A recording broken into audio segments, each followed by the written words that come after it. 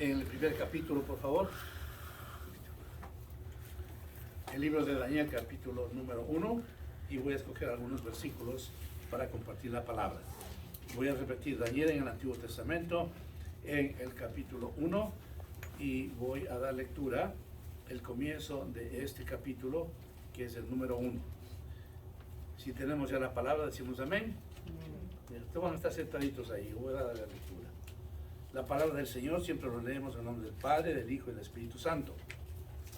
En el año tercero del reinado de Joacim, rey de Judá, vino Nabucodonosor, rey de Babilonia, a Jerusalén y la sitió. Y el Señor entregó en sus manos a Joacim, rey de Judá, y parte de los utensilios de la casa de Dios, y los trajo a tierra de Sinar, a la casa de su Dios, y colocó los utensilios en la casa del tesoro de su Dios. Y dijo el rey a Aspenaz, jefe de sus eunucos, que trajese de los hijos de Israel del linaje real de los príncipes, muchachos en quienes no hubiese tacha alguna, de buen parecer, enseñados en toda sabiduría, sabios en ciencia y de buen entendimiento, e idóneos para estar en el palacio del rey, y que les enseñase las letras y la lengua de los caldeos.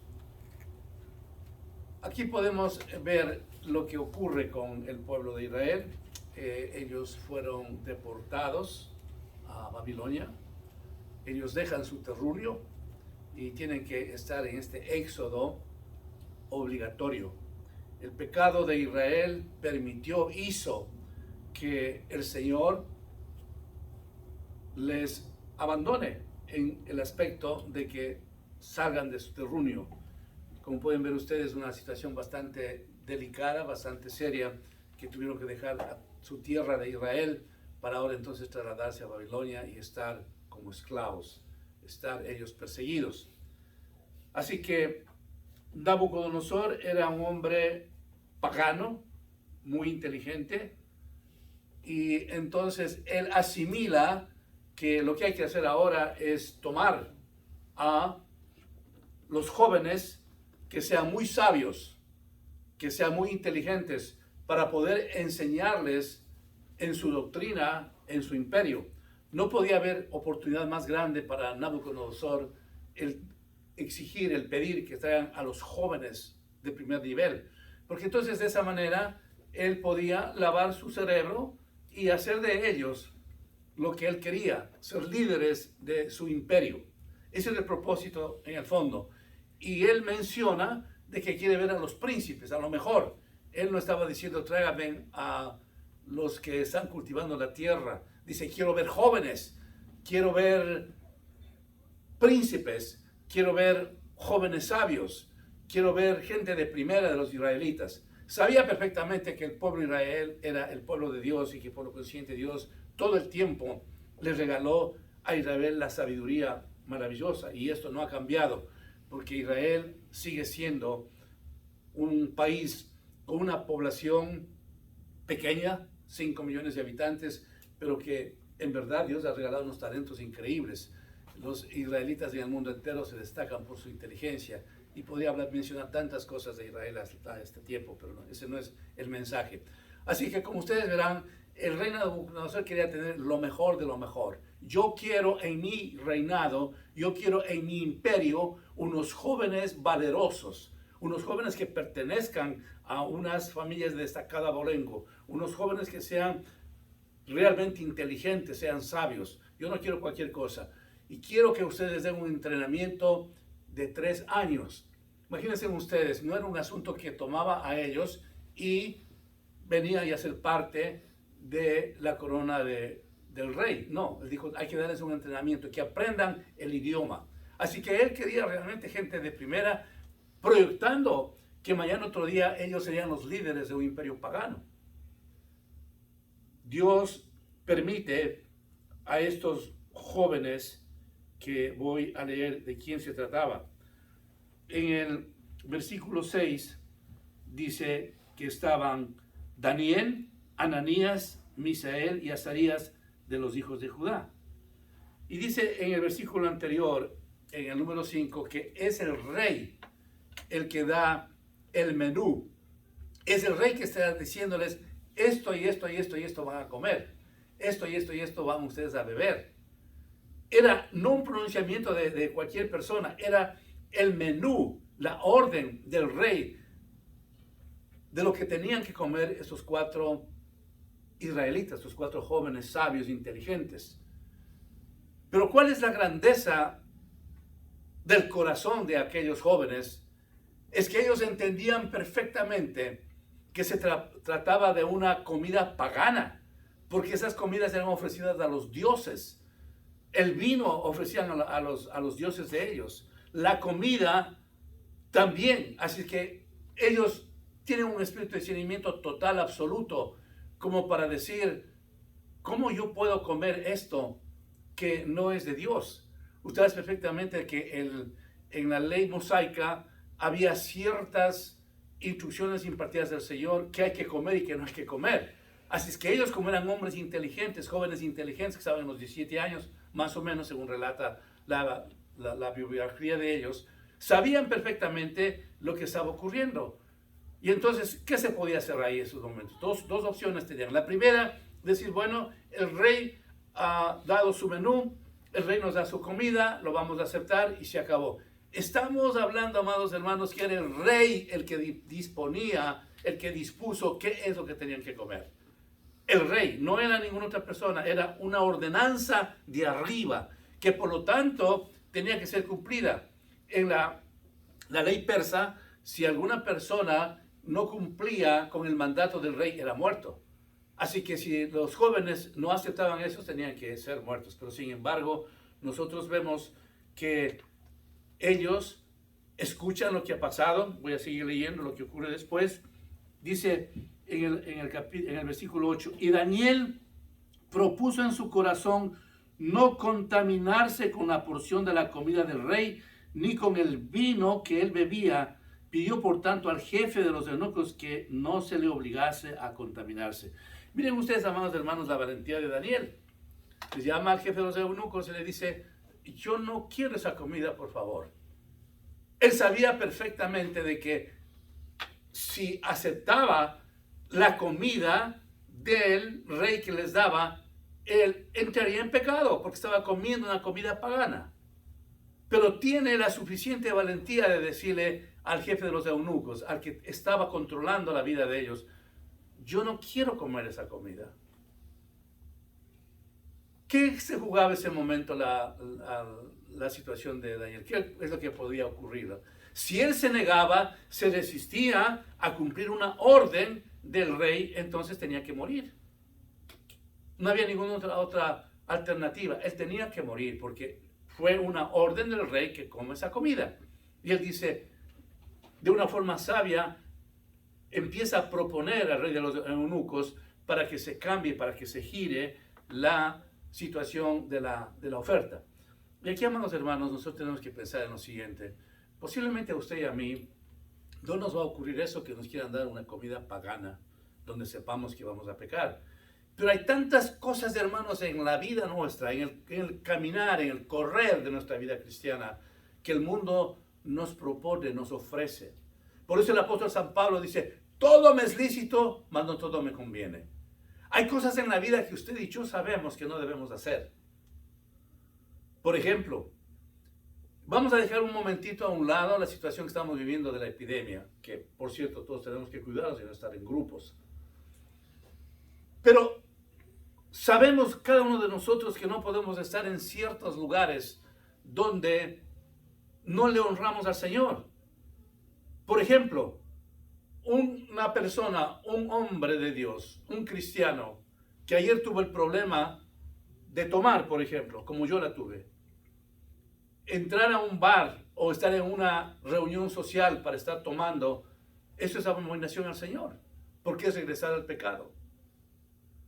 Entonces el cristiano tiene que saber a dónde va, cómo está. Siempre, hermanos, pongamos los frenos para decir, Señor, si yo voy a hacer esto, si yo voy a estar en tal lugar, quiero que por favor, hables a mí de qué manera yo te glorifico, de qué manera mi vida es edificada, de qué manera, Señor, yo te agrado. Todo me es lícito, mas no todo me conviene. El apóstol San Pablo nos está diciendo, usted puede hacer lo que quiera en cierto aspecto, pero pague las consecuencias. El cristiano tiene que poner los frenos espirituales y decir, esto no debo hacer yo, porque si es que yo hago esto, le voy a ofender al Señor.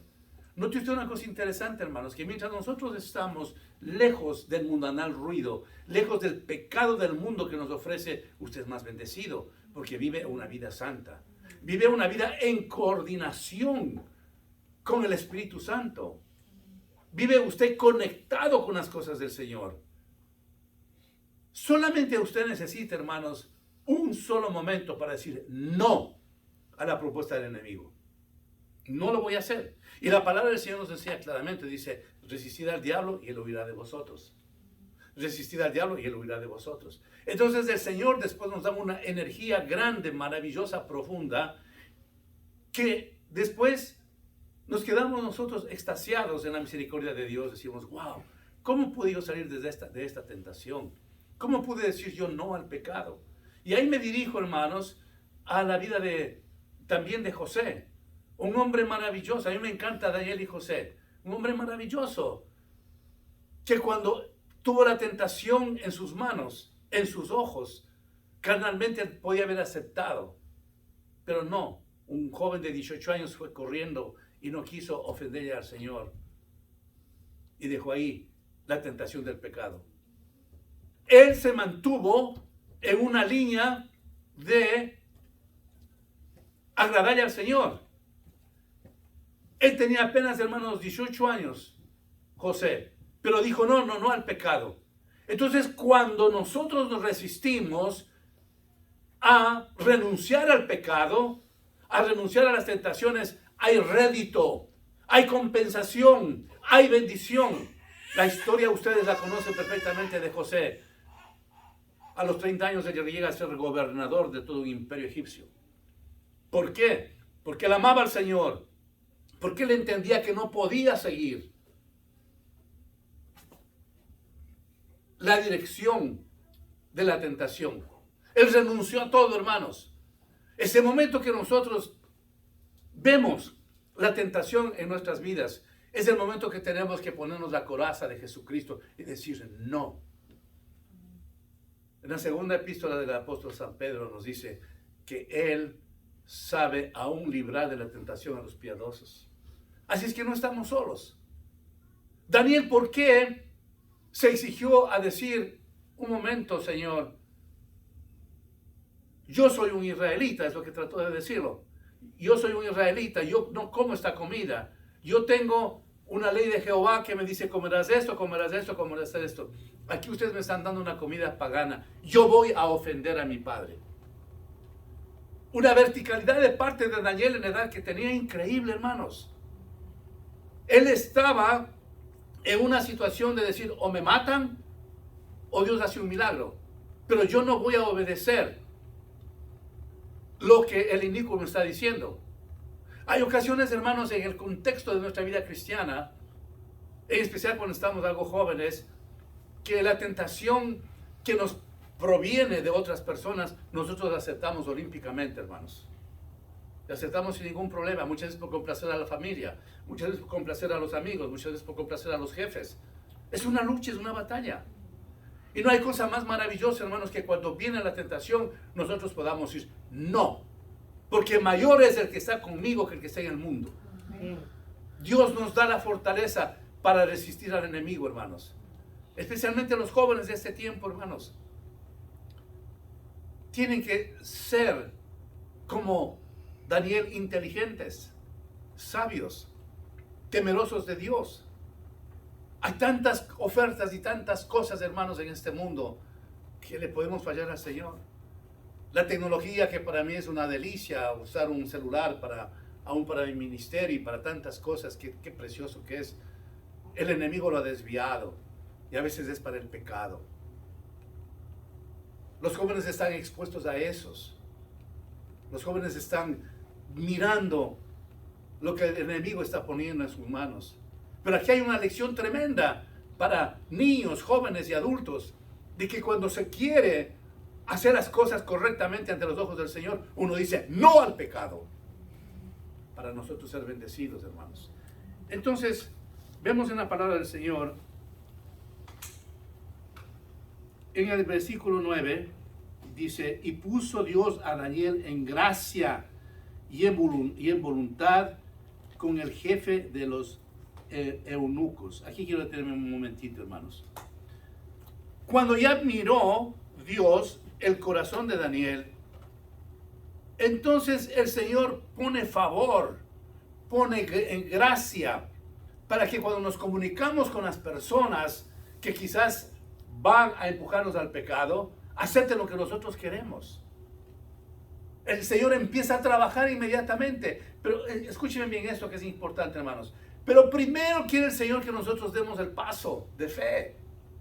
Primero quiere el Señor escucharnos que nosotros estamos diciendo no al pecado. Para entonces ahí darnos a cada uno de nosotros la fortaleza que necesitamos. Porque solos no podemos batallar frente a una tentación. Imposible. Pero cuando usted y yo damos el primer paso de decir no a las cosas que desagradan al Señor, el Señor empieza a trabajar de una forma maravillosa y nos da el oxígeno espiritual que necesitamos. Empezó el Señor a poner gracia en Daniel. Le escuchó el Señor lo que ya presentó el caso al jefe de los eunucos de la comida. Escuchó el Señor. Y entonces cuando el Señor empieza a escuchar de que nosotros no queremos ofenderlo, de que nosotros queremos estar firmes en la palabra, Él comienza a abrir unas puertas que nos quedamos realmente nosotros abismados. Veamos, hermanos, lo que ocurre entonces después de este escenario. Y dijo el jefe de los eunucos a Daniel, temo a mi señor el rey, que señaló vuestra comida y vuestra bebida. Pues luego que él vea vuestros rostros más pálidos que los de los muchachos que son semejantes a vosotros, condenaréis para con el rey mi cabeza. ¿Qué quiere decir esto, hermano? Que entonces estaba en juego la vida de él. Si descubre el rey que él ha aceptado la petición de Daniel, entonces le mataba. Eso es todo. En el versículo 12 dice, Daniel le menciona, con énfasis supongo, le dice, te ruego que hagas la prueba con tus siervos por 10 días y nos den legumbres a comer y agua a beber. Compara luego nuestros rostros con los rostros de los muchachos que comen de la ración de la comida del rey y haz después con tus siervos según veas. Está haciendo una propuesta maravillosa, inteligente, sabia. Mira, quiero que nos des esta oportunidad. Si tú miras que después de 10 días nosotros vamos a estar pálidos, ojerudos, con mucha hambre, que realmente estamos diferentes a los otros muchachos y vamos entonces a identificarnos de que tú no has cumplido con la ordenanza del rey, te van a cortar la cabeza a ti y a nosotros. Pero danos una oportunidad. Necesitamos 10 días para que tú veas qué efecto va a surtir después de que tú nos des las legumbres que queremos y el agua para tomar. No queremos la comida del rey. Danos. Y si después de 10 días tú nos miras de que en verdad nuestros rostros están afligidos, nuestros rostros están demacrados y no ha pasado nada, haz tú con nosotros lo que tú quieras. Estaba diciendo Daniel, simple y llanamente nos botas de este privilegio que nos está dando el rey. El rey nos está diciendo que vamos a ser parte de su corte. Y si nosotros no miramos como el rey quiere, nos van a votar. Estaba poniendo en juego su carrera, hermanos, su trabajo, su estatus de vida. Él no iba a ser un simple agricultor, estos 4 jóvenes no iban a ser unos simples agricultores, iban a estar en la corte del rey. Ellos tenían un ofrecimiento de trabajo fenomenal. Pero Daniel dice, yo pongo en riesgo eso. O le creo a Dios o no le creo a Dios. Cuando, hermanos, hay aflicciones en nuestras vidas, hay situaciones adversas que no nos van nada bien, y empezamos a querernos jugarnos de una u otra cosa, pensando o tratando de encontrar la mejor alternativa en nuestras vidas, empezamos a hacer cosas que no son correctas, que no son debidas, hermanos, por pequeñas que sean. Estamos fallándole al Señor, empezamos a mentir, empezamos a hacer situaciones que no agradan al Señor. Y como que creemos que de ninguna manera el Señor está mirando lo que está ocurriendo. No, Él no está mirando. Él estaba mirando a Daniel y a sus amigos. el Señor. Dame 10 días Amén. para ver qué es lo que ocurre. Y después de 10 días tú vas a ver lo que mi Dios va a hacer. O sea, no tengo ustedes, hermanos, esa fe, esa convicción de Daniel, de creer al Señor. ¿Acaso no nos falta eso a nosotros, hermanos? Nos falta muchas veces de creer al Señor. Tenemos que creerle al Señor en la dimensión de que nosotros vamos a recibir lo que estamos deseando, hermanos. Después la fe, la certeza de lo que se cree y la convicción de lo que no se ve. Esa es la fe. Yo estoy pidiendo todo esto, Señor, y yo lo voy a recibir. Yo lo creo que vas a darme, Señor. Cuando usted hizo el listado de las peticiones de ese año al Señor, como gracias a Dios acabamos de escuchar de nuestras hermanas las cosas maravillosas que el Señor ha hecho, usted está diciendo, Señor, dame lo que te pido, Padre, y creo que tú vas a hacer. Mi esposa y yo coincidíamos en una petición que tuvimos el año anterior que el Señor nos dio, y no era una petición simple, pero nos dio. Porque tenemos que creer al Señor, porque tenemos que entender que nosotros tenemos un Dios de milagros, de poder, de gracia, de esperanza. Nosotros no tenemos un Dios simple, tenemos un Dios poderoso, hermanos, poderoso, gigante. Daniel había entendido esto, en lo jovencito que era él. Entendía, por eso desafía alrededor de uno. Mírame cómo voy a estar. ¿Cuál es la respuesta? Recordemos que en versículos anteriores leímos de que ya el Señor puso gracia en Daniel. Quiere decir eso que cuando el Señor pone gracia en nosotros y nos comunicamos con las personas, lo que nosotros proponemos nos van a aceptar, porque Dios está en el negocio, porque Dios está caminando adelante de nosotros. ¿Qué es lo que ocurre entonces? Dice, y al cabo de los 10 días, pareció el rostro de ellos mejor y más robusto que el de los otros muchachos que comían de la porción de la comida del rey. ¿Qué rostro se veía mejor? El rostro de Daniel, de todos sus amigos. No tomaron el vino del rey que les daba. La comida habrá sido potajes que les daba, pero ellos sabían que era comida pagana. ¿Qué ocurre?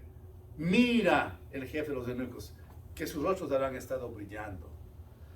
Usted ha visto, hermanos, al Señor cuando vive en nosotros, se refleja en nuestros rostros la presencia del Señor. Yo he visto hermanos en Cristo, cuando están bien tomados, Señor, reflejan la presencia de Cristo en su rostro. Y he visto que a veces, lamentablemente, aquellos hermanos que se han separado, yo me he quedado asustado de la forma como físicamente han cambiado, hermanos. Cuando está el Señor en nuestras vidas, se refleja, no solamente en nuestras actitudes, en nuestra manera de vivir, se refleja en nuestro rostro, hermanos, porque está brillando el Señor en nuestras vidas. ¿Viste cuando una persona está totalmente, aunque dice que es cristiano, pero está involucrado en pecado? ¿Cómo está su cara, hermano, su rostro? Terrible. Se ve claramente de que algo está ocurriendo. Y no estoy hablando de que esa persona esté enferma y por eso está así, sino resultado del pecado. Pero Daniel y sus compañeros vieron de que sus rostros después de 10 días resplandecía. ¿Sabe por qué? Porque la presencia de Jehová estaba en sus vidas. Amén. Porque Dios estaba junto a ellos, amados hermanos. Cuando Dios, hermanos, decide algo y sabe en nuestros corazones, Él permite que todas nuestras actitudes, actividades, nuestra vida, en todo aspecto, salga a flote.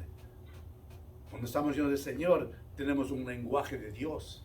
Cuando estamos con el Señor, tenemos buenas actitudes. Cuando estamos llenos del Señor, lo que hablamos es correcto. Que los dichos de tu boca y la meditación de tu boca sean justos delante de Dios. Todo lo que decimos, todo lo que pensamos, porque Dios está mirándonos, escuchándonos, hace el pensamiento más minúsculo que nosotros pensemos, que no nos está escuchando o no nos está viendo lo que estamos haciendo. Dios miró el corazón de Daniel y de sus compañeros y por eso les dio tremendos resultados. Ahora vamos a ver rapidito por el tiempo, me voy a saltar un poquito. Vamos a ver entonces, hermanos, ¿qué ocurre cuando hay fidelidad? En el versículo 17 dice: a estos 4 muchachos Dios les dio conocimiento e inteligencia en todas las letras y ciencias. Y Daniel tuvo entendimiento en toda visión y sueños. Mire usted, hermanos, la recompensa del Señor. Daniel dijo, no voy a comer esa comida. Le presenta el caso al jefe de los eunucos. Por favor, dame una oportunidad. Le da la oportunidad. Dios le ayuda. En los 10 días él resplandece su rostro porque la presencia de Dios. Y después de que el Señor mira todos esos pasos que Daniel da, ¿qué le da a él? Le da inteligencia, le da conocimiento. Yo siempre que hablo con un joven, yo a mis hijos igual les he dicho, la inteligencia, el conocimiento viene de Dios. La ciencia viene de Dios. Él es el que nos da lo que realmente necesitamos. Él le da a usted inteligencia, conocimiento, fuerzas en su trabajo. Usted como hija o como hija de Dios, cuando está conectado con las cosas de Dios, debería ser uno de los mejores empleados de la compañía. En serio, hermanos. Porque no es su inteligencia, no es su intelecto, no es su educación. Es la sabiduría, el conocimiento que viene de lo alto. Y eso es incomparable, eso no es académico. Eso es maravilloso. Eso es lo que le regaló el Señor a Daniel y a los otros muchachos que mencionan la palabra. Les dio conocimiento, inteligencia, ciencia. ¿Pero por qué?